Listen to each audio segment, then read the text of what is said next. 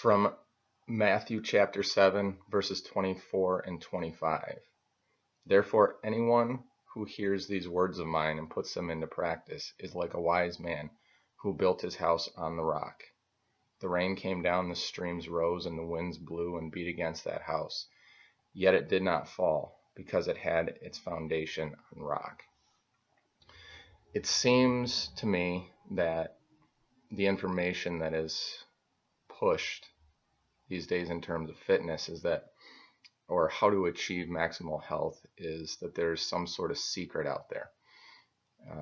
There's a secret diet or a secret type of exercise or a secret supplement that you could take that will improve your health, and you can just go on your way and not have to think about it.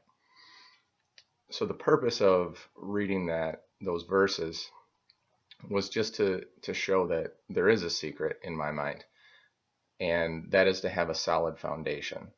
And what I want to go over here is what that foundation is. It may seem simple, and in my mind it's very simple. It's very challenging for a lot of people as well, myself included. So you can tell by the dark circles under my eyes, when you have a 5-year-old, a 3-year-old, and a newborn, you don't sleep that well. So other things you have to pay more attention to other pieces. But I'm going to go over what I would consider the 5 pillars or foundational pieces of health. And in upcoming videos, we're going to dive a little bit deeper into each one of those. But the first one, which I think everybody basically acknowledges, is nutrition. What kind of diet that is up for debate, but ultimately you've got to have a solid foundation with your food intake.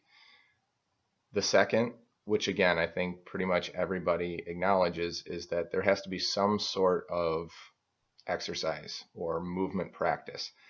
That can be resistance training, that can be yoga, that can be going for a walk or running, that can be cycling, but that contributes very, very strongly to our overall health. Now, the other 3 pieces are things that I don't think people acknowledge, or at least want to believe. They think that they can eat well, they think they can exercise, and they don't have to pay attention to these other 3 pieces. But the first one of those is sleep. Sleep may be the most important thing on this list, and if it's not the most important, it definitely is up there. Most Americans, most people actually, need to get 7 to 9 hours of sleep. More than a third of the United States sleeps 6 hours or less, and they're starting to find correlations between your ability to your insulin sensitivity to there's a correlation between the amount that you sleep and your likelihood of diabetes. There's a lot of different things that sleep, or a lack of sleep, impacts negatively. So that would be the third one. The next one is stress management. We are in a time where we've never had this amount of stress before. We've had large types of stress. Will I have enough food? Am I going to, be attacked by a neighboring community? But now we just have constant little stressors. We're worried about money. We're worried about our kids. We're comparing ourselves to people on social media. And those are just constant little stresses. And while our body can adapt and can fight those things, if we are constantly under that stress and never have any strategy to mitigate it, then it just has a negative impact and a wear and tear on our body. So we have to come up with some sort of stress management strategy. That can be exercise. So yoga, walking, even weight training can be, or running can be a great type of stress management. But there has to be other pieces, breathing practices, community, whatever it might be, but there needs to be something that you do to manage that stress. And then lastly, and I just mentioned it, but community is a huge piece.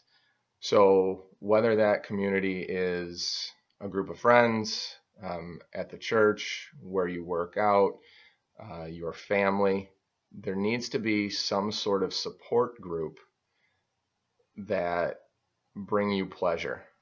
Not necessarily a distraction or more stress, like a lot of you probably are understanding. A lot of those people that you spend time with actually just bring more stress to your life. So if it's someone in your life that does just bring you stress, then maybe you need to find a way to spend a little bit less time with that person or talking to that person.